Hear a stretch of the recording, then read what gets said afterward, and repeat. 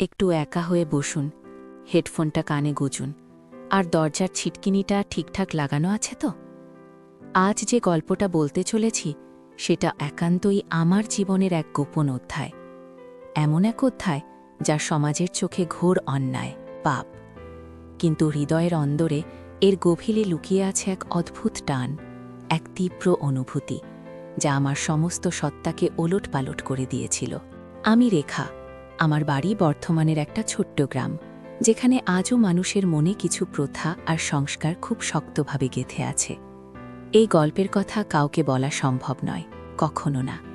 কিন্তু আজ আপনাদের কাছে আমি নিজেকে উজাড় করে দিতে চাই।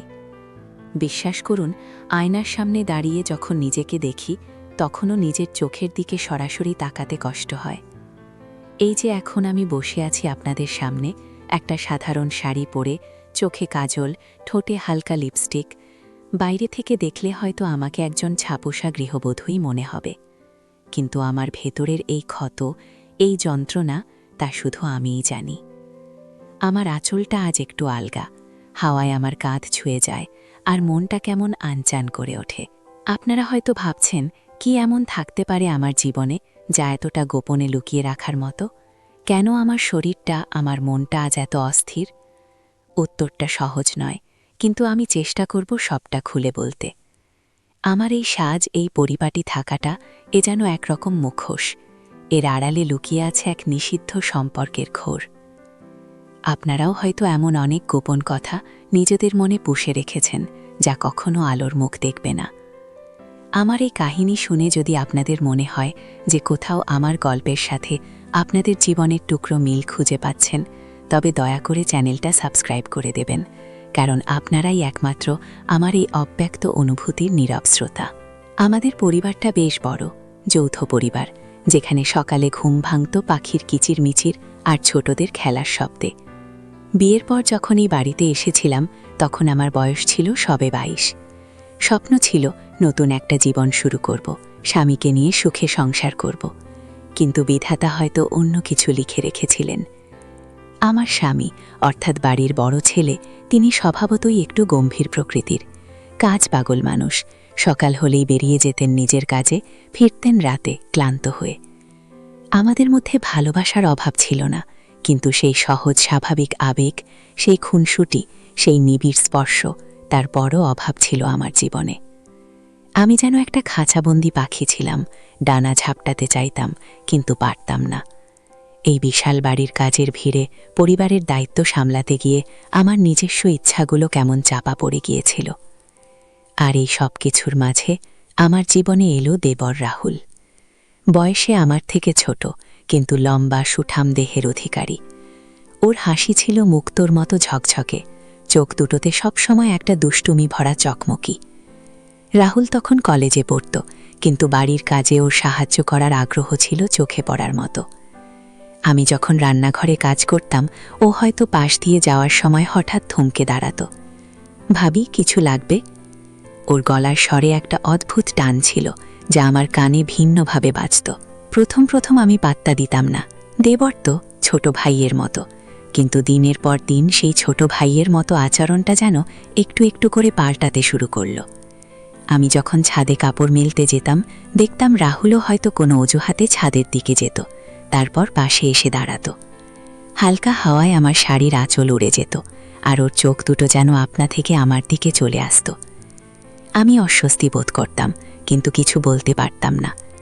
ও চাহিনিতে সরাসরি কোনো খারাপ ইঙ্গিত ছিল না, কিন্তু কেমন একটা ঘোর লেগে থাকত, যেন ওর চোখে আমার প্রতি একটা অন্যরকম মুগ্ধতা। শীতের দুপুরে যখন উঠোনে বসে আমি শাক ভাজতাম, ও হয়তো চুপ করে পাশে এসে বসত। কথা বলতো না তেমন, কিন্তু ওর উপস্থিতি আমি টের পেতাম গভীরভাবে। আমাদের বাড়িতে কোনোদিন কোনো পর্দা ছিল না, তাই এমন কাছাকাছি আসাটা অস্বাভাবিকও মনে হয়নি। কিন্তু আমার মন জানত এই নৈকট্যটা সাধারণ নয়। একদিন রান্নাঘরের মেঝেতে বসে পেঁয়াজ কাটছিলাম, চোখে জল আসছিল খুব। রাহুল হঠাৎ পেছন থেকে এসে আমার মাথায় হাত বুলিয়ে বলল, ভাবি, তুমি এত কষ্ট করো কেন? বাবা তো সবসময় তোমার কথা বলেন, তুমি নাকি বাড়ির লক্ষ্মী, কিন্তু তোমার কপালে কষ্ট ছাড়া আর কিছু নেই। ওর স্পর্শে আমার শরীর যেন কেঁপে উঠেছিল। এমনভাবে কেউ আমাকে সান্ত্বনা দেয়নি আগে। ওর কথায় একটা অদ্ভুত মমতা ছিল। আমি মাথা তুলে ওর দিকে তাকালাম। ওর চোখ দুটো ভেজা ভেজা দেখাচ্ছিল। হয়তো পেঁয়াজের ঝাল লাগছিল ওর চোখে, কিন্তু আমার মনে হচ্ছিল ওর চোখ দুটো আমার কষ্টটা বুঝতে পারছিল। সেই দিন থেকে আমাদের মধ্যে একটা নতুন বোঝাপড়া তৈরি হলো, একটা নীরব ভাষা যা শুধু আমরা দুজনই বুঝতাম। সন্ধ্যাবেলা যখন সবাই টিভির সামনে বসত, তখন রাহুল সুযোগ পেলেই আমার পাশে এসে বসত। অজান্তেই ওর হাত হয়তো আমার হাতে লেগে যেত। কখনো টিভি দেখতে দেখতে আমার কাঁধে মাথা রাখত। প্রথম দিকে আমি নিজেকে সরিয়ে নিতাম, কিন্তু ও আবার একই কাজ করত। এই স্পর্শগুলো আমার কাছে নতুন ছিল। আমার স্বামী তো কখনো এমন হালকা আবেগ দেখাতেন না। রাহুলের স্পর্শে আমি এক অন্যরকম উষ্ণতা অনুভব করতাম। এক রাতে বাড়ির সবাই ঘুমিয়ে পড়েছে। আমি রান্নাঘরে জল খেতে গিয়েছিলাম। হঠাৎ দেখি রাহুল সেখানে দাঁড়িয়ে। আমি চমকে উঠেছিলাম। ও বলল, ভাবি, ঘুম আসছে না, তুমি কি কিছু ভাবছ? ওর চোখে এক গভীর প্রশ্ন ছিল। আমি মাথা নিচু করে বললাম, না, কিছু না। ও তখন এগিয়ে এসে আমার খুব কাছে দাঁড়ালো। ওর নিঃশ্বাসের শব্দ আমি স্পষ্ট শুনতে পাচ্ছিলাম। ঘরের মৃদু আলোতে ওর মুখটা কেমন অন্যরকম লাগছিল। ও আমার চিবুক ধরে একটু ওপরে তুলে বলল, তোমার চোখ দেখে মনে হচ্ছে তুমি মিথ্যে বলছ। তোমার মনটা খুব ভারী, তাই না? আমি স্তব্ধ হয়ে গিয়েছিলাম। ওর আঙুলের স্পর্শে আমার সারা শরীর শিরশির করে উঠেছিল। সেই মুহূর্তে আমি যেন ভুলে গিয়েছিলাম যে ও আমার দেবর, ছোট ভাইয়ের মতো।